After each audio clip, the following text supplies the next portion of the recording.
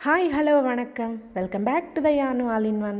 ఈరోజు మన channel special ఏమంటే సాఫ్ట్గా ఉండే లేయర్ చపాతి. ముందుగా అయితే దానికోసం మనము ఒక కప్పు దాకా గోధుమ పిండి తీసుకొని దాంట్లో కొంచెం సాల్ట్ వేసి కొంచెం కొంచెంగా నీళ్లు పోసుకొని కలుపుకుంటూ ఉండాలి. ఒకేసారి పోసేయకూడదు, కొంచెం కొంచెంగా పోసుకుంటూ రావాలి. అట్లా బాగా కలిపిన తర్వాత దాంట్లోకి 2 టేబుల్ స్పూన్ల దాకా నూనె పోసి మెత్తగా ఒక 5 నుంచి 10 నిమిషాల వరకు కలుపుతానే ఉండాలి. కలిపి అర్ధగంట పాటు దాన్ని మూత పెట్టి అట్లే ఉంచాలి. అప్పుడే చపాతీలు సాఫ్ట్గా బాగా తినడానికి కూడా రుచిగా వస్తుంది. తర్వాత కొంచెం పిండిని తీసుకొని రౌండ్గా చేసుకొని చపాతీ ఒత్తుకోవాలి. ఈ చపాతీ ఒత్తిన తర్వాత దీంట్లోకి 1 స్పూన్ నూనె పోసి బాగా రుద్దేసి మడత పెట్టాలి. ఈ విధంగా మడత పెట్టాలి. అంచులన్నీ మూసేయాలి.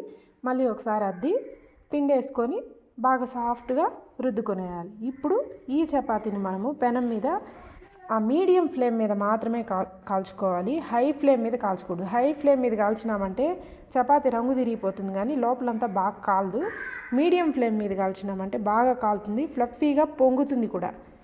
ఈ టైప్లో మీరు ట్రై చేయండి. ఖచ్చితంగా అయితే లేయర్ చపాతీ చాలా బాగా వస్తుంది.